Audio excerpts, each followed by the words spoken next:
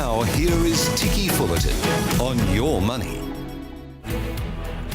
Hello there, happy Friday. I'm Ticky Fullerton. Every night bringing you a full hour of the very best in business coverage across the nation and internationally, especially where business and politics meet now that we're in the election campaign coming up. Well, the Commonwealth Bank's secret plan to close bank branches and shed jobs claims in the Australian newspaper today that up to 300 bank branches and 10,000 positions are under threat. Alarmist and misleading, says the CBA. What we know so far with the Australians. Will Glasgow and our own Leo Shanahan. How will the oil and gas market fare in this election? From intervention to import terminals, Leo Shanahan sits down with Wood Mackenzie's Andrew Harwood. And WikiLeaks' Julian Assange dragged from his base in the Ecuadorian embassy. Friends are falling away and plenty of enemies in the US. All the latest on this and Trump politics with White House watcher Ed Blakely. OK, well, the end of the week and the start of an election campaign, as I say, with two really very different choices for every voter in Australia.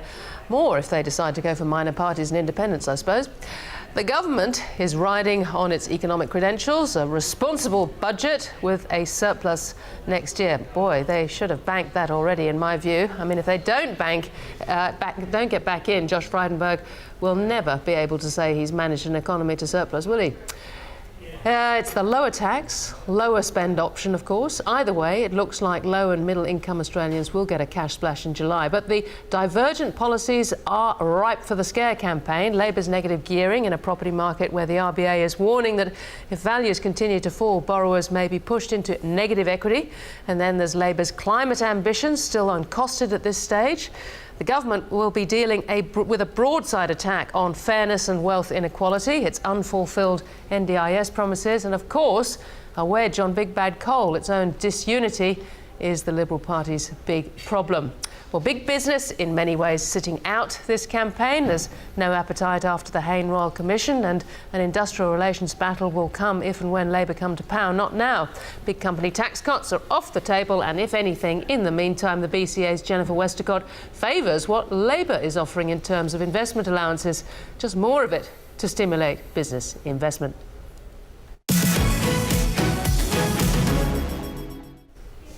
Well, look, the breaking news today was not so much around the election, but around the Commonwealth Bank, with the reports that CBA is working on a plan to cut $2 billion from the bank's bottom line over the next few years, resulting in between 10 and 12,000 job cuts and the closure of up to 300 branches.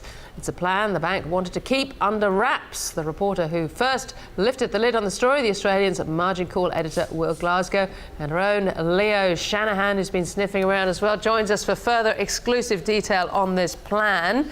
My goodness, Will, this is quite a big story. You know, where's it going? Is it right? Has it got legs? It has got legs. And as you said earlier, I mean, a lot of people in big business just wanted to sit out this federal election campaign.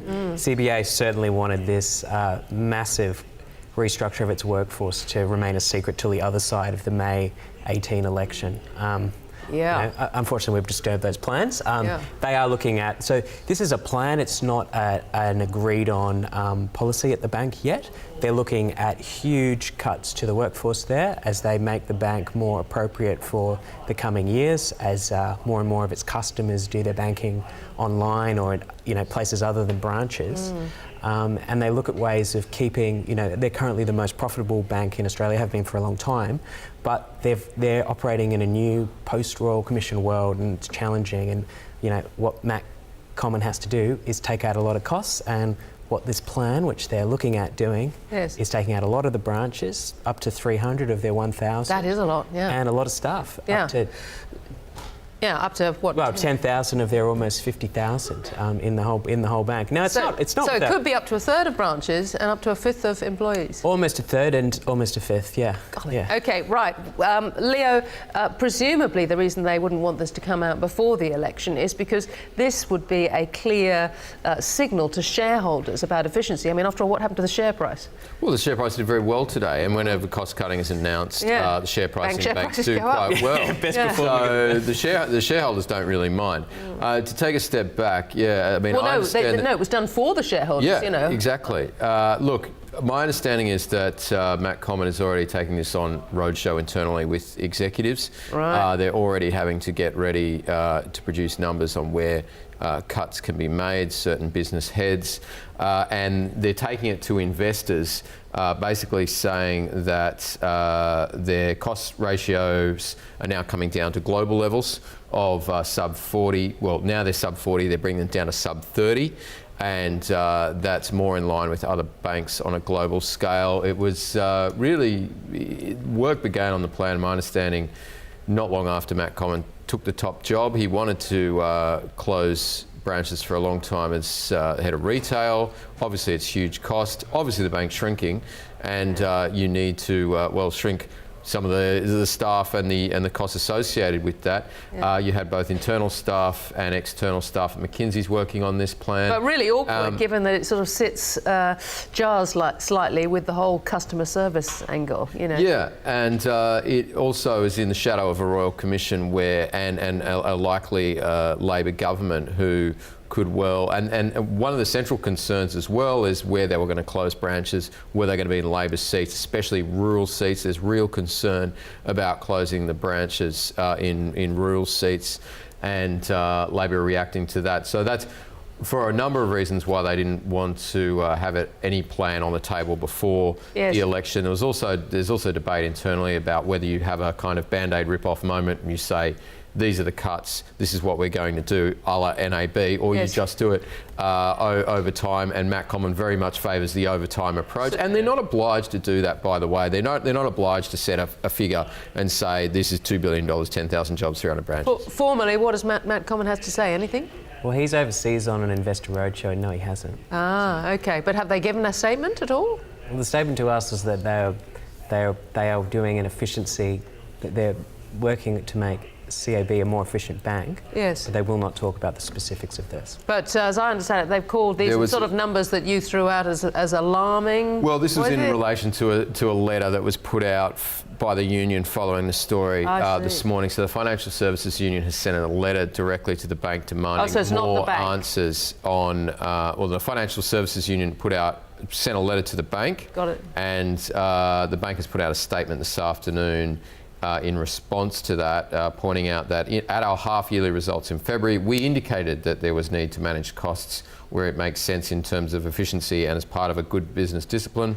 This is an ongoing focus for our business. Yeah. It does at one point describe reports as misleading and unnecessarily alarming. CBA is committed to our people and are disappointed that the speculation may be repeated as fact. Well, they're also not denying it very clearly, and there is a plan there. It's obvious. Yeah. But they just don't look. The thing is, I mean, NAB was peculiar the way it came out in its end of 2017 result. It announced a $6 billion plus profit, and also that it was sacking 6,000 workers. That was the month before the Royal Commission. It was a classic bit of NAB being completely in its own NAB Well, that bubble. really worked for Andrew Thorburn, didn't it? Exactly. I mean, it was just another extraordinary Thorburn, Ken Henry misreading of the whole world and the whole of banking politics. Meanwhile, ANZ's been cutting far more than that. They've already cut 10,000 staff. Who knows about it? Instead, you just hear wonderful press about their, agile new workplace. Agile is just a euphemism for there's going to be less of you. You're not going to have a permanent desk. You all have lockers. So how do you think they managed to do it? I mean, you're obviously not being toasted tonight at Commonwealth Bank because. Well, but look, the share price is up more than $2 billion. So it depends, which part of the bank you're in, right? If you're in investor relations, it's okay. And it's not news, as Leo's saying, it's not news to the shareholders that NAB is taking and has plans to take. No, but as you said, the timing of this is lousy. If you're in the government relations the timing of this is lousy for them, but maybe for the share price as well, because, I mean, if this starts an exercise of competitive bank bashing during the campaign, you'll have a lot to answer for. Well, But again, how did Commonwealth Bank? Okay, we've got this big aha moment. NAB, you've said, well, Andrew Thorburn came out and sort of said this was the plan in a very sort of schoolboy way. But how did ANZ manage to do that? Well, they just do. I mean, these headline numbers, so 10,000, that's across the whole bank. You just don't. You just announce little bits. You just announce this little. So these things come out, and you see in ANZ. The ANZ's annual report shows that last year they cut more than 5,000 employees. I mean, that's more than half of this number that CBA are far bigger operations. And it's fair to say that the cuts are they wouldn't be immediate anyway, they're over time. No, and they'll be over time. And I mean, as I said, one that they're particularly concerned about the optics of other rural bank closures. So there's a lot of debate as to the extent to which they take the axe to that. The kind of branches I understand that will be the target primarily are urban branches. There's a lot of not full facility branches so you go up there across the road out in Surrey Hills here, there's a big branch that's full facility. You go up the road, there's a smaller branch. It doesn't actually offer everything, and other than a couple of people to help and a couple of ATMs. And we shouldn't forget that really the beginning of the Royal Commission happened because of the unrest actually out in the regions, really, wasn't it? It was sort of, Sullivan, Wacker Williams and those sorts. It was a national party. Yeah, exactly. And for a lot of these towns, quite literally a big bank branch, like CBA branch, can be the only thing kind of holding a central area of that town together. Yes. And Will, so as you say, no further comment from Matt Comyn? Well, not yet. Or the bank management? Yeah, well, Matt Comyn's also just begun a 2-week leave. So he's just at the end of his investor roadshow. Well, that's good timing. Yeah. Well, look, maybe that was scheduled. You will really be unpopular. You'll probably have to come back now. Golly. All right, well, Will Glasgow and Leo Shanahan, thank you very much for filling us in on all that.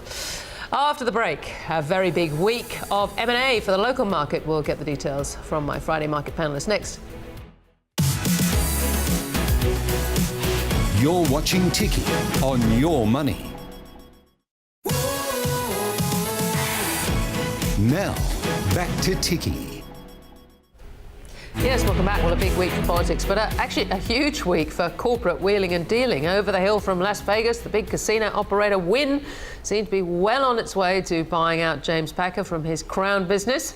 Crown shares leapt, I think, 20% in appreciation, but that turned out to be a very risky play in itself because by the end of the next day, Wynn had formally withdrawn. It's understood to be furious at the leak. Another M&A relationship full of tension is Wesfarmers' tilt at rare earths business Lynas, with a huge campaign on both sides to win shareholder support and, crucially, support from the Malaysian government after President Mahathir's rather provocative comments last Friday. There's been a demonstration of some local management and workers in Malaysia. Well, joining me now to talk the week in business, Michael McCarthy from CMC Markets and Anne Bowering from the National Stock Exchange. Guys, welcome. OK, well, let's talk about these two big deals. What's going to happen with Crown, Michael? It's in play, Ticky. It's that's the still big very message. much in play. That's the message from this week. Mr. Packer appears willing to sell his stake, and that's important because with almost 47% of the company in single hands, it's a very, there's a change of control transaction easily done here. So just remind us of James Packer's connection, because he actually owns it through CPH, doesn't he? That's where but he stepped off the board. Yes. With various dramas. I've got to say, the shots of him now, just saying the obvious, he doesn't look in great nick, does he? I mean, You wouldn't say that he was happy at the helm. No. From appearances. None of us know the inside of the man's mind, but from appearances you would say that. And he's relinquished something like 20 directorships. Mm-hmm. So it appears that he's preparing for a different phase of life. He's moving away from the corporate world. Because, Anne, this is a big decision. I mean, he made that tremendous, with hindsight, decision to move out of media and into the sort of whole casino game, which actually was another family fortune made there. Now he looks like he's cashing in his chips, yeah?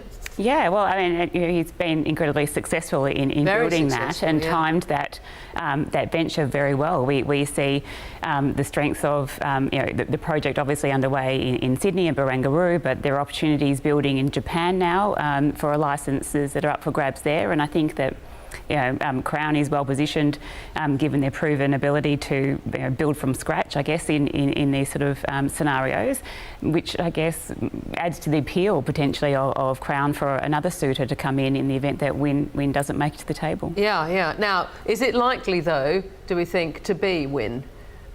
the whole fit and proper person, all that stuff, because it's not Mr. Wynne. No. Well, Steve Wynn's also stepped down from well, the he board has. of He had a Wynne, little bit so. of Me Too problem. Well, apparently so, yes. Yeah. He's recused. Yes. So it makes sense for somebody in Asia, it makes sense for somebody in the US, because you've got prime assets here in Australia and in the UK. Yep. So they're the two areas we're looking to. I'm not sure that Wynne will come back. It appears that noses are out of joint there. I would say so, yeah. Yeah, and the share price of Crown has pulled back in response, trading close to the $13 off People from that must have lost a lot of money high. on that second day. Made or lost? Made or lost, Ticky. Michael. It's still well up from $11.70 it was trading before. You've always got the shinier one, I reckon. OK, right, let's move on to Wesfarmers. My goodness, this is an interesting story, Anne, because when it was first announced that Wesfarmers were taking a tilt with Lynas, I mean, all the commentators all the way through the day here were like, what? You've got to be, hang on a minute, why would they do that? You know, was the general view. Yeah. It turns out that Lynas is becoming more and more interesting by the day.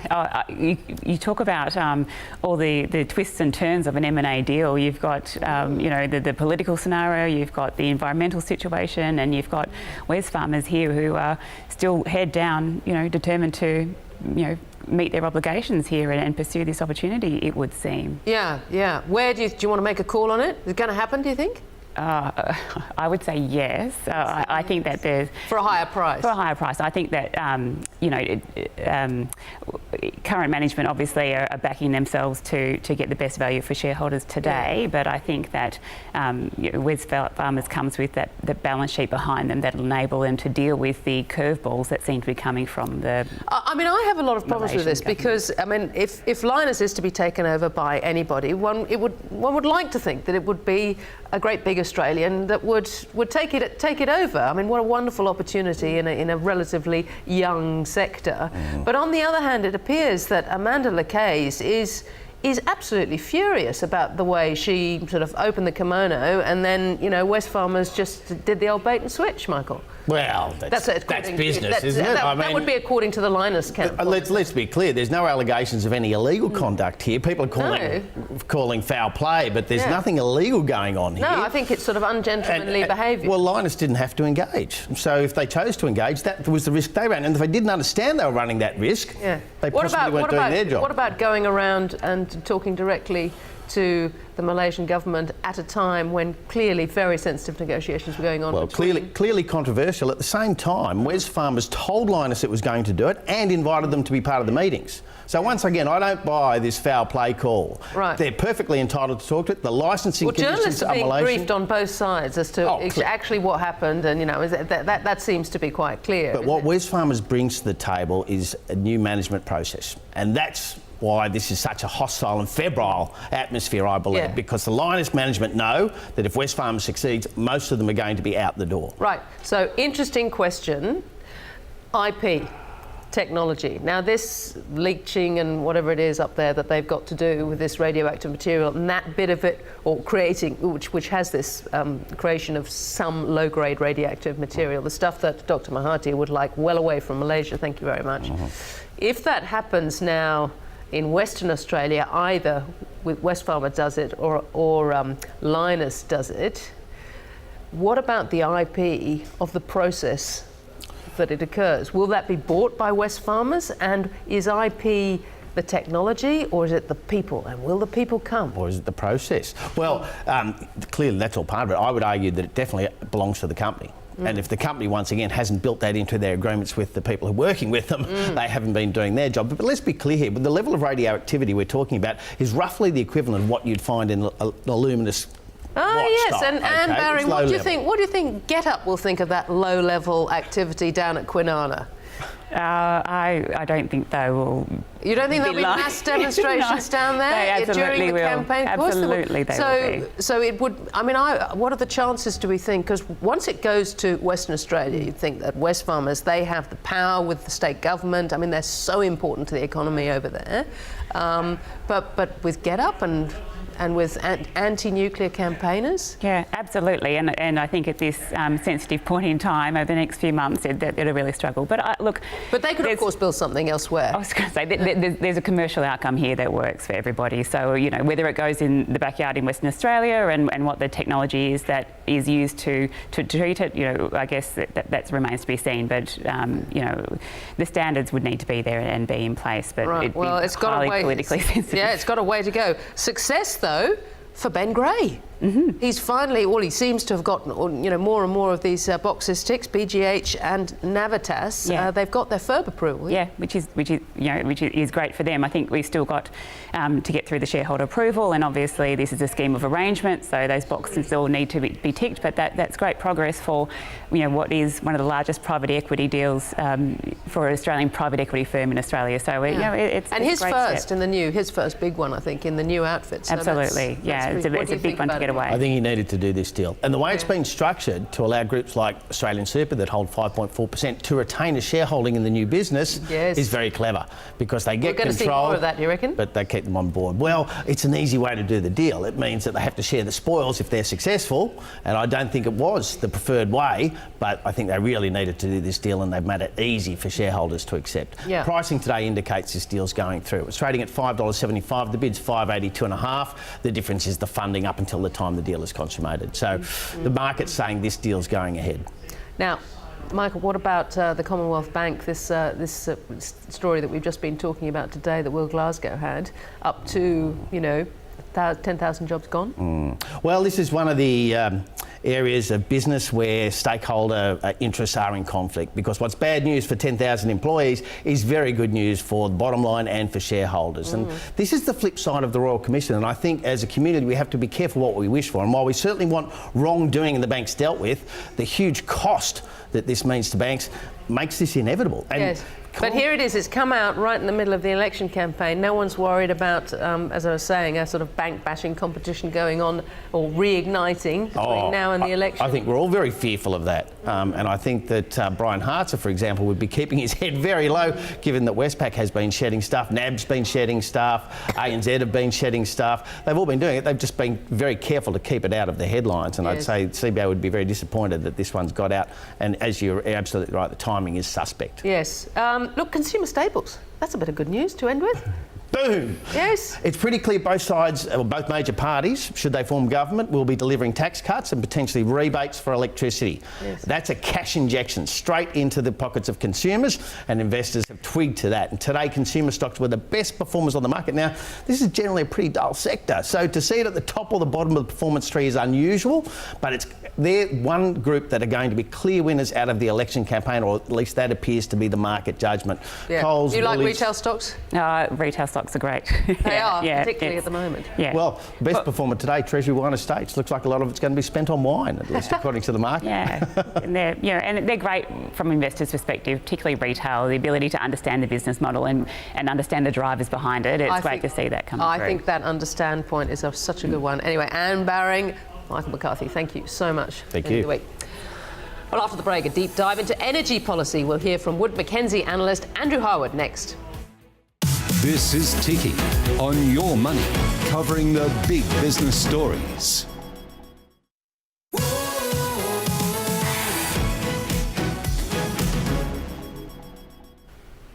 Yes, welcome back. Let's hit the campaign trail. The Coalition says there's nothing wrong with using Treasury officials to cost Labor's tax policies after it released figures pointing to a $380 billion cost.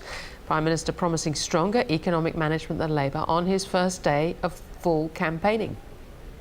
On the road and ready to campaign, the Prime Minister hit the ground running in Western Sydney. There's music to our ears. The seat of Lindsay is held by outgoing Labor MP Emma Hassar. The drama around her departures led the Coalition to believe they can overcome their opponent's thin 1.1% margin. The Prime Minister started his Lindsay play with a pitch for strong economic management.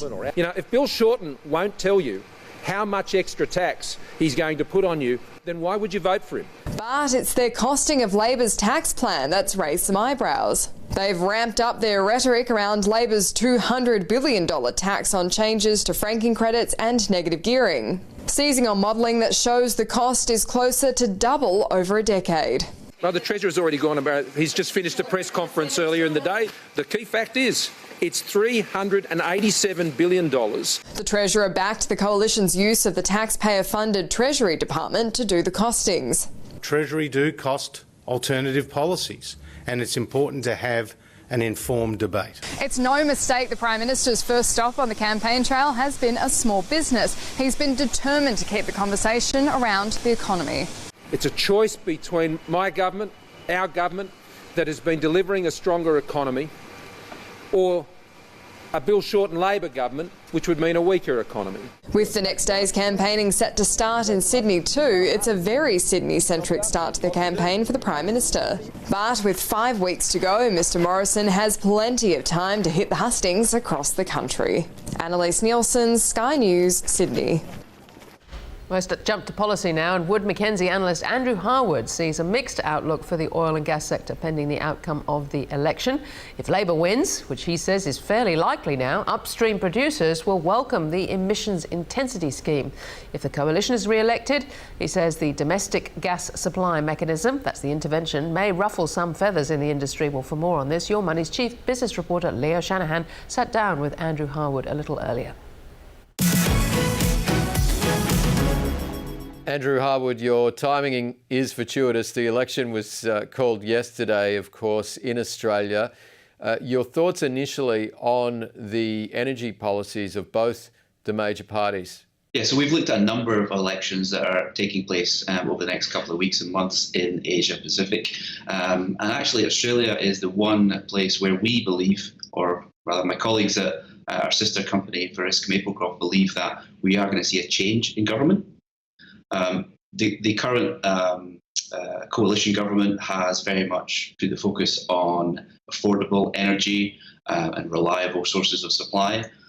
But the new, or rather the Labour Party's proposal or proposed policies, we're going to see more of a shift back towards sort of stronger policies on climate, with a focus on Australia's sort of greenhouse targets. Yeah, well, talk us through that greenhouse target. I'm particularly interested because, of course, carbon trading and emissions policy in Australia has been a bit of a graveyard for, politicians of both stripes for over a decade now. Where do you see that heading under a possible Labor government? So under a possible Labour government, they have set out a policy to reduce Australia's carbon footprint by 45% by 2030 versus 2005 levels. And they're also looking to increase renewable power generation to 50% of total power generation. They've looked at a number of different measures with which they can achieve these targets. But primarily for the oil and gas sector, the two areas that we think will have the biggest impact, or possibly the biggest areas of uncertainty, would be around this emissions trading scheme proposal, and also potential tweaks to the Australia domestic gas supply mechanism, which is introduced on the East Coast gas market a few years ago. Yeah, the gas supply mechanism is obviously, and gas supply generally in Australia, it's a huge issue given the cost. How viable do you think it is to maintain that mechanism? I think the mechanism itself has been introduced, obviously, to try and ensure that there is sufficient supply for the domestic market. The actual oil and gas, or the gas producers, have been working pretty hard to ensure that they are supporting the domestic market. You know, they are signing up contracts with domestic buyers. They are looking to bring on new sources of supply. But we think that any potential price ceilings that may be put in, or price intervention, could actually have a negative impact on some of those investments that the existing producers are sanctioning. And as a result, counterintuitively to putting in place mechanisms to ensure that the domestic market is supplied with gas, some of these pricing interventions could actually lead to a reduction in longer-term supplies of gas for the East Coast market. Yeah, obviously development of gas supplies is a major issue here. Different state governments have to grapple with demands from gas suppliers and miners. How important is it that more gas development itself happens in Australia, which is restricted in certain areas? Yeah, well, the longer term outlook is for growing gas demand on the East Coast, in parallel with sort of declining supply from the traditional sources of supply, such as the huge Bass Strait joint venture between ExxonMobil and BHP. So it is crucial that new sources of supply are brought in to supplement some of those declining legacy producing projects. But any sort of uncertainty around the prices that the producers may be able to achieve in the future is going to act as a deterrent on some of that new investment in new supply. So as we say, it could actually lead to lower supply in the longer term, and actually may accelerate the need for, for example, LNG imports. Yeah, well, the coalition is maintaining support for coal-fired plants to some degree. It should be said, it's increasing support as well for hydroelectricity. Does it surprise you to the extent to which the government, the coalition government as it stands, is willing to get behind coal in Australia, or given that it is still our largest export, should it be a surprise? I'm not sure it's a surprise in as much as the existing government has very much set out its aims to achieve affordable and reliable sources of supply, and having a diverse mix of supply, whether that's coal, gas, renewables. This all contributes to having a balanced pool of supply on which to draw. We've seen some of the fallout of some of the states previously that have very much focused on renewables as their sole source of supply, and as a result we had those sort of blackouts a few years ago in southern Australia. So it really needs to be that policymakers really need to look at whether it's coal, gas, renewables as part of a balanced mix of supply sources. Is Labor's plan for its renewables target, is it viable in a country like Australia where coal is still comparatively cheap? We are a resources-rich country after all, and yet, as you point out, we're still having power supply issues. Do you think it's a viable target given both the cost and some of the issues around power in Australia and the access we have to resources like coal? I mean, globally, we're seeing a shift towards greener sources of energy, much more emphasis put on renewables. For Australia, it's no different. The challenge is the investment required in infrastructure, in transmission lines, in storage for some of those renewable projects. These things are not necessarily going to come cheap, and while the actual the cost of renewable generation in Australia is extremely low at the moment, some of those additional investments that are required start to make it look, more comparable with traditional fossil fueled sources of energy. So again, it needs to be sort of done in balance. There needs to be a sort of diverse mix. In terms of Australia's or the Labour Party's proposed renewable targets, one of the elements of that would be doubling national energy productivity in 10 years. So that's a measure of energy consumed divided by gross domestic product. No other country has achieved that level of increase in such a short frame of time. So if that doubling of national energy productivity is critical to the 45% reduction in carbon emissions, then it suggests that those longer term targets are going to be quite tough to meet. Do you find the debate around energy policy and climate policy, for lack of a better word, in Australia baffling at times? As I said, it's probably contributed, if not was a primary trigger for bringing down a couple of prime ministers in the last 10 years. Given our wealth in both resources and ability to create new technology, do you find it confusing at times looking in at Australia, given it's such a socially divisive issue here? I mean, the energy sector or the national resources sector is such a huge provider of government revenue, of jobs. So it kind of needs that sort of support. But at the same time, you can see where social opinion is going with regards to environmental issues, sensitivity to some of these environmental topics that come up, emissions, for example. So it's not really surprising that the Australian population is increasingly focused on some of these environmental considerations. But at the same time, they've benefited a huge degree from some of those government revenues and jobs that have been generated by the national resources sector. All right, Andrew Harwood, thank you so much for your time. Great, thank you. Let's look at what Labor's been up to on the campaign trail. A Labor government will put $125 million more into cancer research, with Bill Shorten continuing his campaign on health spending as he hit the hustings in Sydney. But the Labor leader is facing more questions about how he'll pay for his promises. Bill Shorten's crusade against cancer has clearly won over Katie Abbott. She ran into the Labor leader during a visit to an Eastwood medical clinic. Your announcement on behalf of my father who's battled with prostate cancer. Thousands of dollars already for the biopsy to get done. The Labor leader was campaigning in Liberal-held Bennelong with his candidate, former Medical Association President Brian Owler, to pledge $125 million for cancer research.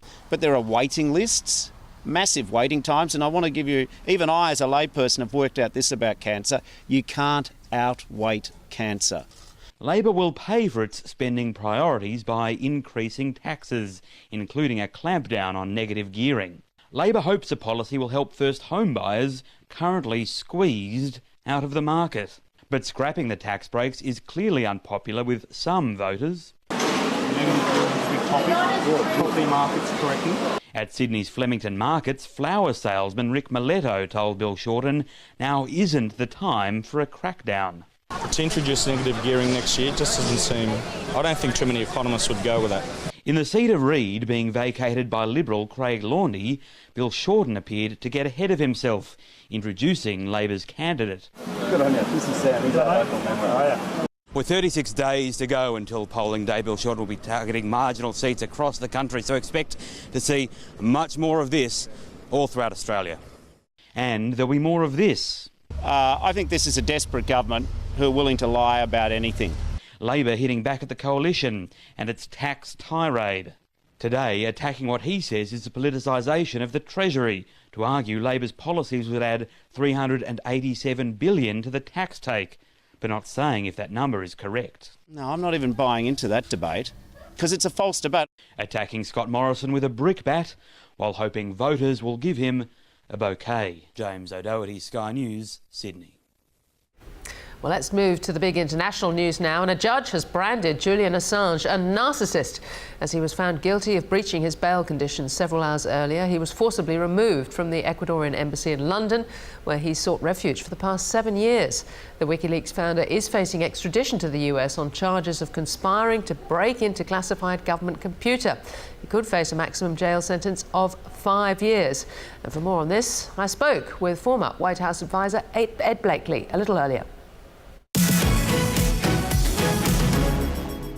Ed Blakely, thank you for coming in. Now, so much to talk about in the US, but firstly, those incredible shots of Julian Assange. Now, where do we go from here? Well, where we're going to go is he'll be extradited to the United States. He does face penalties in England, but the United States are more serious. When he's extradited to the United States... And you think he will be? Because the judge has called him, what, it was quite... A narcissist and all that kind of thing. Incredible. I mean, judges shouldn't do that. But there is prejudice against him, particularly in judicial circles. Yeah, but you don't think that'll stop the sort of political frame in which he may be treated in the United States? You don't think that'll stop enough to stop extradition? No, but when he gets to the United States, there's another story here, because there are people who say this is the whistleblower. Yeah. I remember this happened in the 60s, the Vietnam Papers, and Ellsberg and so on. And there's some of us who are young enough to remember those things. He has a following in the United States, a young crowd, But Trump doesn't know where to turn here, because since he's a hero for Trump by getting those documents to him. On the Clinton stuff. On the Clinton stuff. Yeah. But he's a villain in the sense that he's released information on everybody, including some of his people, like Manafort. So he doesn't know exactly where to turn. And Trump's in this funny position where he's being attacked by the courts for his taxes, for his emoluments, and the Russian thing isn't over yet. Well, we've got Roger Stone, that trial. That's coming up. That's coming up, and now he was quite key. In what way was he key in the whole WikiLeaks thing? Well, Roger Stone is reportedly, this is allegedly, been accused of delivering information that he got from Assange about who had that information. Whether he delivered the information himself to the campaign or not, we don't know. But he opened the door for it to happen. And did this involve the Russian connection? The Russian connection, yes. Now, Stone can say, I didn't know it was a Russian connection, but that's hardly believable given other things that have transpired at the same time. And remember, the president himself said, Russians, if you have it, we'd like to get it. Yes. So the circle has gone full scale. What does that mean? Now, a lot of people say, hey, if the Russians provided this information to Assange, and Assange is now the carrier, he's the party involved, Assange is guilty, but the Russians aren't guilty of anything. They gave it to Assange. Under U.S. laws, you cannot use information from foreigners, no matter how obtained, in a federal election. Money, information, and the like. So if they go in that direction, Assange is really in deep trouble. Right, right. What about the Mueller report? When are we going to get that? I promised we'd get it in 2 weeks. We got it in 2 weeks. Yes. And I think in 3 weeks we're going to get a heavily redacted document. Yeah, 3 weeks from now. 3 weeks from now. Right, okay. That'll because be, it was said to be mid-April, which must be coming up. Like, yeah, well, you know, Easter's coming up, so yes. they'll have a delay for that. Okay. And what are we going to see from this not so redacted report? We're not going to see anything. Really? We're going to see what we already know, because everything else will be redacted. Now, there's good reasons for some of that. Some people are going to be under indictment that haven't been indicted yet. Other things are trade secrets of how you get information from a foreign power and on a foreign power. And the third thing is there's information that could be brought to trial if anyone in the Trump organization is going to be brought to trial, and they have not yet been indicted. So that's a lot of stuff. Well, playing into this, the Attorney General has now been speaking up about spying, which is a pretty loaded word. What's he been up to? Oh, boy. Talking about misspeak. He's saying that there may have been some people, God only knows who, but now it's tagged to the FBI, spying on Trump. Now this goes back to Comey. This goes back to Comey, but it goes back even farther within the FBI itself, because the FBI is not supposed to be doing foreign intelligence. But do you think this could be true, or is this a conspiracy? Well, let me finish with this. What happens is when the FBI is doing surveillance, some foreign information comes over. They want to find out what it is. They find out it's come from the Russians. Now, they're supposed to turn this over to the next agency that deals with that. But in this case, did they or did they not? We don't know. But it's clear that the other intelligence agencies did find it out. But Nancy Pelosi looked quite angry, certainly for Nancy Pelosi. I haven't seen her quite so sort of cold and angry about the fact that the Attorney General is now making these claims of spying by, organisations like the FBI. This is the big time. If it was a misspeak, he's in it. Yeah. The FBI has to investigate leads on anything. Yes. And there would have been some investigation of the Clinton campaign because of the Cambridge business. Yes. So let's not make too much of this, because this hand grenade could explode in Nancy Pelosi's face. Podesta himself has a little bit of difficulty within all this. Okay. So they don't get too angry too soon. Now, in other news, Kristen Nielsen, Home Security for Donald Trump, she's gone. I think she was gone a long time ago. Yeah. What was she called? The immigrant baby stealer or whatever? You know, exactly. When she got that label, she was really ready to go. Well, there's a lot of sort of rather cold black humour being done on around this issue at the moment, and whether she's ever going to get a job anywhere. Well, maybe some adoption agency will hire her. Exactly in that mould. Exactly in that mould. But what do we think about tax, though? Donald Trump. Yes. Now, remember those brown novels where you're looking for the Holy Grail? Yes. And you have to go over here, and you have to go to Israel, and this is the Donald Trump tax return. I think when they find it, the problem will be not only did he not pay any taxes, he didn't have any money. Right.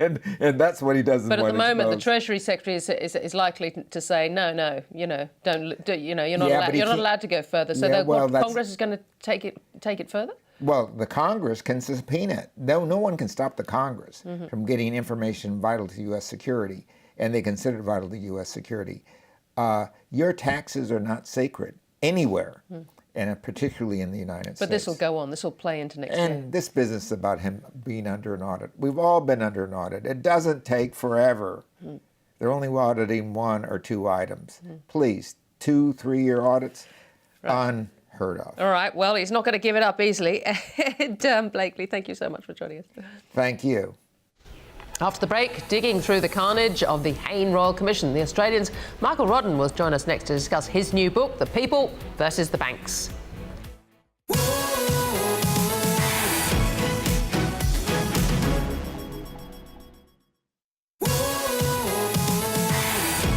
Now, back to Ticky. Welcome back. Well, the day of reckoning for liars and thieves in pinstripe suits has arrived. That's the pithy sum up on the back of Michael Roddan's latest book, The People versus the Bank. The first look at just what went wrong over this extraordinary period among the big banks. The author, also the reporter for The Australian, now based in Canberra, joins me live. Michael Roddan, well, congratulations on the book. I can't believe somebody who spent so much time in the Royal Commission actually wanted to write a book about it as well. Yeah, I know, I surprise myself sometimes, but I thought it was important. It's a very sort of unique and interesting moment in corporate Australian history, so I thought it was probably worth writing a couple of thousand words on. It sure is. Look, you've got this, it is a page-turner, but so many interesting stories. Really, the first one you kick off with is how the Royal Commission came about. Well, yeah, I thought, why not stop? I also go back to the 30s, but I thought that last week of parliamentary manoeuvring before they actually announced it, before Malcolm Turnbull's hand was forced, was just an incredible week, because all this sort of politicking and rushing around and meeting in back offices sort of culminated in this one little week in Canberra, and it all sort of devolved. And you go into sort of what Ken Henry was doing in the halls of Parliament. You go into like what the Nationals were doing, and we're all this different stakeholders at it. And it's just a very sort of, the government was really in crisis just to avoid a vote on the floor. And it's also instructive in that, what Royal Commissions are. It's like, did the government never actually wanted to do it, but obviously it was also just a moment of political necessity. Yeah, well, we've actually had many other royal commissions, from royal commissions into the unions or into child abuse, all sorts of different things. This one seems to have been quite different, far more theatrical. Yeah, exactly, and maybe it was just because of the nature of what they were dealing with. We have royal commissions into deaths in Aboriginal custody, institutional child abuse. And now the disability sector. And this one, although lives have been ruined by financial institutions, people have gone through tremendous things. The nature when you're dealing with numbers and sort of superannuation funds taking money, it sort of lends itself to needing a certain theatre to actually get across those headlines and actually let the public know that action is being taken in this respect. And so when you have something like charging fees to dead people, or misleading the regulator, or celebrity financial advisors, it is another aspect to this sort of Royal Commission that wouldn't actually take place in others because of the I guess the subject matter allowed for it. Yeah, I mean, you talk about celebrity financial advisors and all the bad stuff that came out, but actually the main interrogator became a celebrity all of by herself, didn't she? Yeah, exactly. And if we're talking about Rowena Orr, the QC, who was the senior counsel on the Royal Commission, she's become Australia's favourite barrister, that according to the Financial Review anyway. But Michael Hodge QC has really sort of made a name for himself. The lawyer from Brisbane, Mark Costello, another one, and also, it's not usual that a High Court judge will make themselves sort of, a household name in some suburbs at least. But there was a lot of personality that came out of them during the course of their examination. There were some catchphrases. Let me show you a document is one, and I think those will be pretty familiar to your listeners. Yeah. Look, one of the big sort of things to come out of it was the role of the regulators and the fact that they'd been a bit toothless in this whole approach. I mean, Greg Medcraft, has come jumping back, now in the fin as well, saying, it's not going to work. The use of the courts is way overly optimistic and this sort of stuff. I mean, how do you think Hayne will go down in terms of his recommendations? Yeah, I think even without the recommendations, the actual Royal Commission has had an effect and will continue to have an effect on the culture of these organisations. When we think about Greg Medcraft trying to, sort of patch up some legacy of his in this country, because he's now in Paris and couldn't be further from the actual nitty-gritty of implementing these reforms. He's got to defend his track record of never sort of taking companies to court, although he did launch the BBSW cases, which are very important, globally important cases in terms of rate rigging.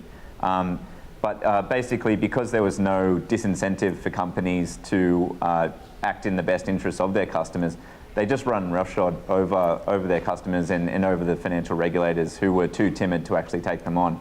So I think that on the one respect, he's right that the court system does get bogged down. Banks have a lot of money to fight these cases off, but on the other hand, the public who pays for these regulators expects them to at least try, and it's all about restoring what the public expects to happen a lot of the time here. And obviously the banks themselves are now at least talking about how to reshape themselves to actually meet public expectations. Well, Michael, Roddan, The People versus the Banks, highly recommend it. It's really readable, really interesting. Thank you so much for joining us. Cheers, Ticky. Well, that's all for the show tonight. We'll see you at Monday at 4:30 p.m. Thanks for your company and good luck. Winks.